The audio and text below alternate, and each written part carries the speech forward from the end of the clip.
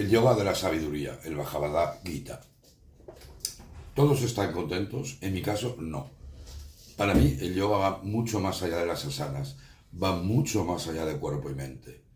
Cierto es que las asanas permiten aquietar la mente, pero no es obvio que nos lleven ni al autoconocimiento ni a la libertad absoluta. Por ello siento una especie de frustración ante esta manifiesta prostitución, banalización del yoga, en la que en general todos, me incluyo yo, estamos participando. Centros, profesores, alumnos, insisto que yo me incluyo, la industria auxiliar, etc. Incluso las administraciones públicas quieren regular el sector del yoga físico. Insisto en que conozco varios profesores y centros de yoga que incluyen esta componente espiritual en sus asanas, pero creo que son muy pocos. Para mí, el yoga trascendental es el espiritual, el yoga definido en el Bhagavad Gita como camino de autoconocimiento, Atman Jnana y liberación, Moksha. Ese yoga capaz de transformar interiormente al ser humano y hacerle fuerte y libre.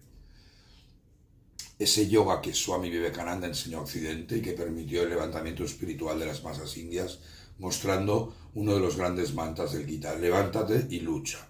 Ese yoga que nos enseñó Sri Ramakrishna, que muestra cómo ver la unidad en la diversidad, que es posible ver a Dios o percibir que las diferentes religiones del mundo son solo caminos hacia un único objetivo, son diferentes nombres y formas que representan la misma realidad absoluta, Dios, Alá, Brahman, Sat, Chitananda o como quieras llamarle.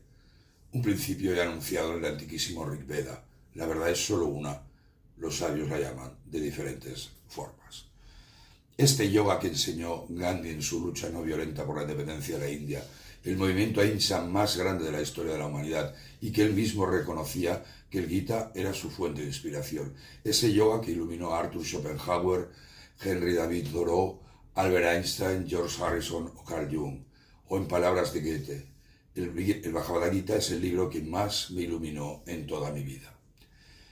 Este yoga que practicaron Adi Shankara, Ramanuja, Ramakrishna, Vivekananda, Gandhi y tantos otros a lo largo de los últimos milenios.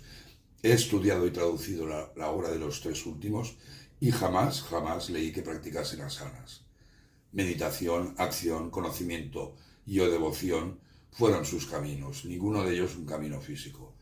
Vivekananda o Sivananda proponían el yoga de síntesis basados en los principales yogas definidos en el Bhagavad Gita: Karma, Jnana o Raja, Bhakti y Jnana Yoga. Sri Aurobindo propuso su complejo sistema de yoga integral.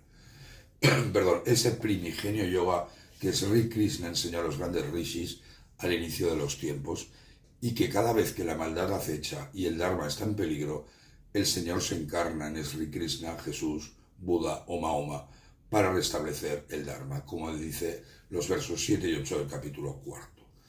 Ese yoga que Vishnu encarnado en Sri Krishna transmitió a Arjuna en la gran guerra del Mahabharata para beneficio de toda la humanidad, de todos nosotros, de ti y de mí.